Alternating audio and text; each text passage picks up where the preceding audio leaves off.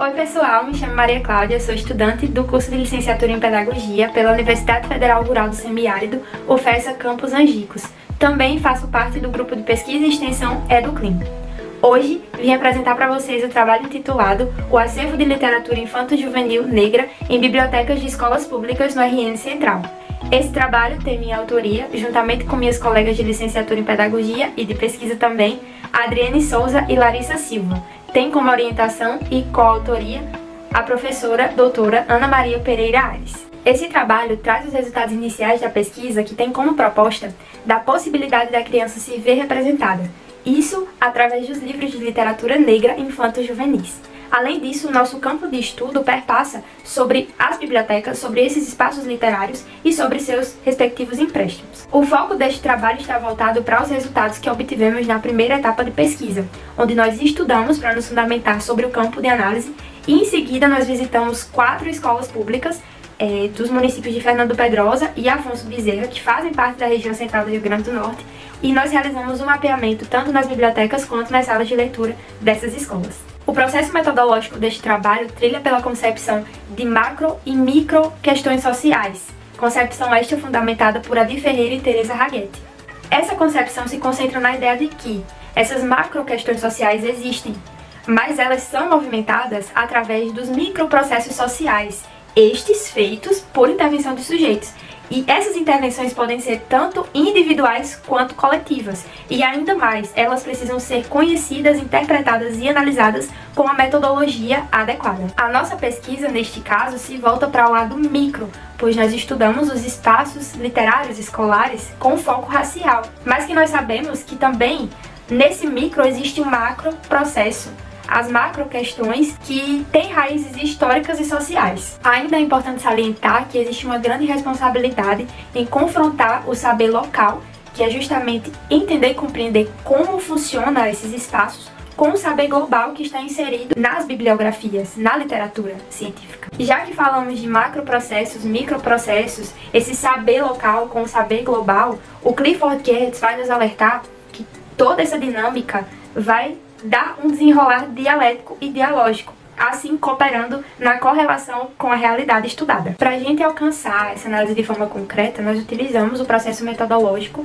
da análise temática no âmbito da análise de conteúdo proposta por Lawrence Bardan. Essa análise, essa concepção metodológica, ela é um procedimento feito em etapas e no caso nós nos voltamos para a primeira etapa, que no caso foi o mapeamento desse acervo racial de literatura infanto-juvenil nas escolas do RN Central.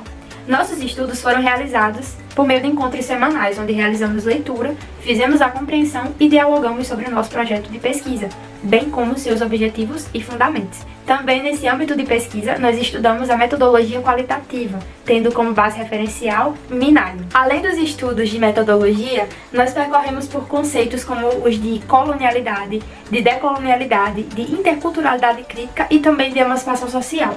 Todas essas noções serviram como base de reflexão para o nosso campo de estudo. Na visitação desses espaços literários foram realizadas observações acerca do atendimento daquele espaço em relação aos estudantes e às estudantes das escolas, como também como esse espaço estava organizado. Depois, realizamos o mapeamento das obras dessas salas de leitura e das bibliotecas. E, por último, aplicamos um questionário com os profissionais responsáveis pelas salas e pelas bibliotecas. Entre as escolas visitadas, apenas uma dispõe de biblioteca. As demais são denominadas como salas de leitura, e uma dessas está se adequando para a ideia de biblioteca. Desse conjunto, a maioria dispõe de um cantinho de leitura e de contação de histórias. O acervo das obras está organizado em prateleiras de aço ou em armários de madeira, além de que algumas obras ficam também guardadas dentro desses armários. É importante salientar que em alguns espaços é possível percebermos os livros de literatura infanto-juvenis em prateleiras muito altas, distanciando a acessibilidade da criança para com a obra. Uma outra questão que merece muito destaque é a organização de categorizações nas prateleiras, nos armários. Não existe uma categorização organizada para definir gêneros dos livros, das obras, nesses espaços literários. Isso dificulta mais ainda o acesso de quando, por exemplo, uma criança for procurar um livro, e principalmente de oportunizá-la a ter contato com esses livros de questões que são mais negligenciadas, como, por exemplo, os livros de literatura negra infanto-juvenis. No âmbito do mapeamento, a primeira biblioteca investigada atende apenas crianças dos anos iniciais do ensino fundamental e dispõe de um acervo voltado à literatura infanto-juvenil que totaliza 2.864 obras.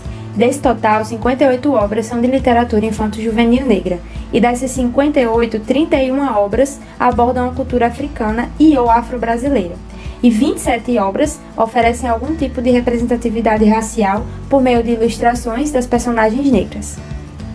Em relação à segunda biblioteca, que também atende somente ao público infantil, foram contabilizadas 2.521 obras de literatura infanto-juvenil.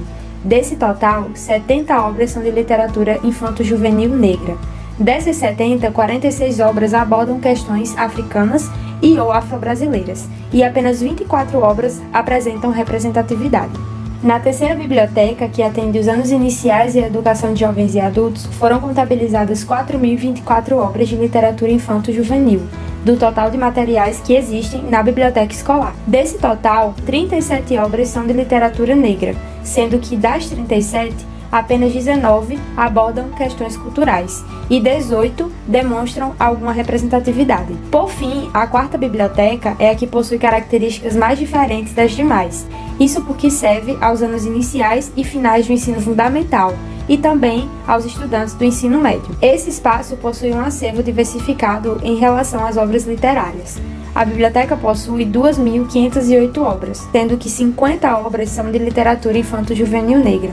Dessas 50, 25 tratam sobre representatividade por meio de ilustrações, e as outras 25 obras abordam a cultura africana e afro-brasileira. Esses dados quantitativos que eu apresentei aqui nos levam a pensar a discrepância que existe entre o total de obras de um espaço literário até quais dessas obras são de literatura negra infanto-juvenil, sejam as que abordam algum tipo de representatividade ou aquelas ainda que contêm elementos da cultura afro-brasileira e africana, a religiosidade, os valores, enfim. Esses dados iniciais também já nos levam a refletir sobre essas mudanças históricas, quando antigamente nem obras literárias que abordavam questões negras existiam nas escolas.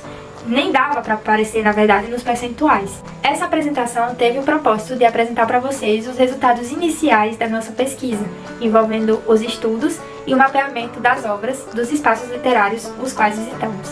É importante também dizer que toda essa discussão nos leva a pensar o quanto esse objeto de estudo é importante, apesar de ser complexo e também problemático, pelo fato de que ainda existe muita negligência, ausências e silenciamentos. Em relação ao acervo literário, como já foi exposto, existem sim obras de literatura infanto-juvenil que abordam questões negras, mas se a gente coloca perto das obras de hegemonia branca, nós vamos perceber que existe um desequilíbrio muito grande.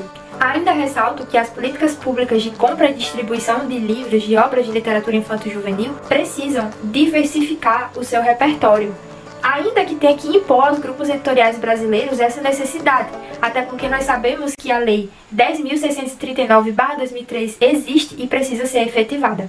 Essa foi a apresentação do trabalho. Agradeço pela compreensão e atenção de vocês que estão assistindo. Agradeço também a organização do Seminário Internacional de História e Educação e externalizo aqui minha gratidão ao meu grupo de pesquisa e extensão, o EduClean, e a todo mundo do projeto de pesquisa ao qual eu participo e que produziu esse trabalho juntamente comigo. É sobre isso. Tchau, tchau e um abraço.